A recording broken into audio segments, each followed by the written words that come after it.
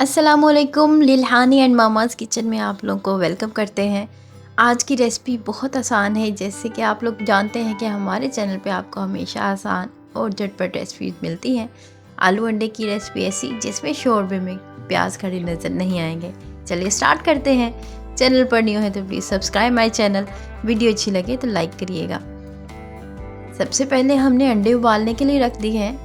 दूसरे चूल्हे के ऊपर मैंने कढ़ाई ले ली है और इसके अंदर मैंने प्याज ऐड कर दिए हैं। 2 प्याज ले लिए हैं दरमियाने साइज़ के और इनको मैंने बारीक काट लिया था।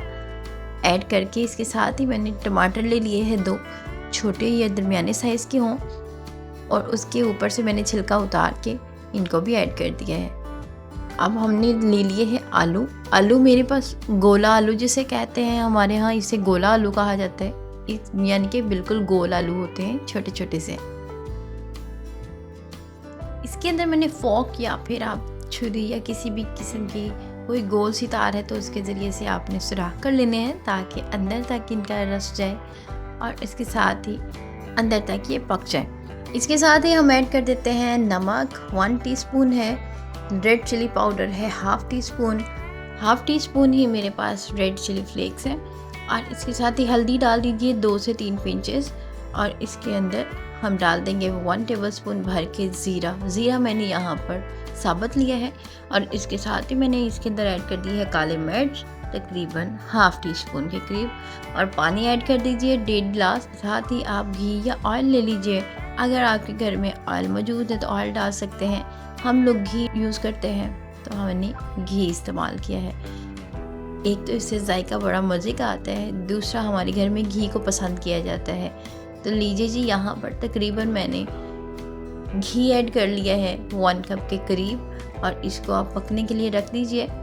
7 से 8 मिनट हमने इसे मीडियम फ्लेम में पकने देना है तो टेक्सचर कुछ इस तरह का हो जाएगा। इसको अच्छे से भून लेते हैं, पानी खुश्क होने तक और घी साइडों पे नज़र आने लग जाए तब तक इसे भून लीजिए।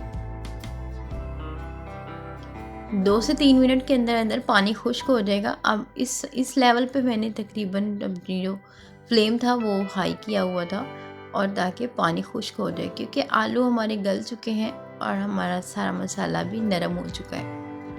अंडे निकाल लिए हैं। अंडों को आपने परफेक्टली कैसे छील सकते हैं तो इसको आपने पानी के अंदर डाल देना है, गर्म पानी से निकाल के टैप वाटर में ऐड कर देना है और फिर इसको निकालिएगा तो देखिए बहुत अच्छे से और इजीली आपका छिलका रिमूव हो जाता है और बिल्कुल भी क्रैक्स नहीं आएंगे।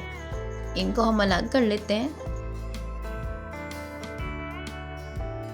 मसाले को बिल्कुल सॉफ्ट करने के लिए यहाँ पर हम स्पैचुला को इस तरह से राउंड घुमाएंगे ताकि अच्छे से मसाला जो है सॉफ्ट हो जाए और प्याज और टमाटर का जो टेक्सचर है वो खड़ा खड़ा फील ना हो।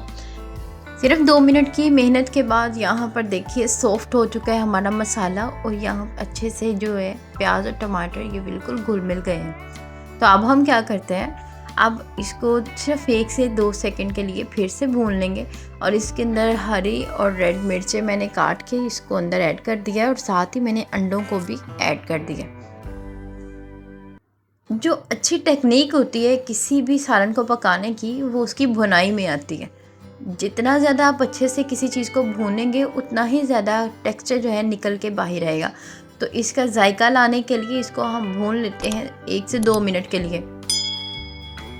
इसकी भुनाई हो चुकी है तो अब हम शोरबे के लिए पानी ऐड कर लेते हैं। यहाँ पे ग्रेवी बनाने के लिए मैं सिर्फ और सिर्फ 2 गिलास पानी ऐड करूँगी ताकि अच्छे से इसका जो है शोरबा वो बन सके। अगर आप लोग ज़्यादा शोरबा बनाना चाहते हैं तो this is up to you, आप लोग शोरबा ज़्यादा बना सकते हैं। टेक्निक वही कि शोरबा अच्छे से पका लीजिएगा। इसके ऊपर से गार्निशिंग के लिए हल्का सा धनिया डाल दीजिए और इसको पकने के लिए 2 से 3 मिनट के लिए छोड़ दीजिए। 2 से 3 मिनट के बाद इसका टेक्सचर बड़ा मज़े का आ जाएगा। घी साइडों पे निकल आए, शोरबा पक जाए तो लीजिए आपका सालन बिल्कुल रेडी है। अब इसके अंदर हमने खुश्क मेथी ऐड कर दी है। इस मेथी से इसका फ्लेवर बड़ा इन्हेंस हो जाएगा। लीजिए, आलू और अंडे के शोरबे का सालन रेडी है। इसको नान चपाती के साथ खाइए। वीडियो अच्छी लगी हो तो लाइक करिएगा, चैनल पर न्यू है तो सब्सक्राइब करते हुए जाइएगा। Thank you for watching. अल्लाह हाफिज़। मिलते हैं इसी तरह से ज़बरदस्त और झटपट बनने वाली रेसिपी के साथ। टिल देन अल्लाह हाफिज़। अपना ख्याल रखिएगा, दुआ में याद रखिएगा।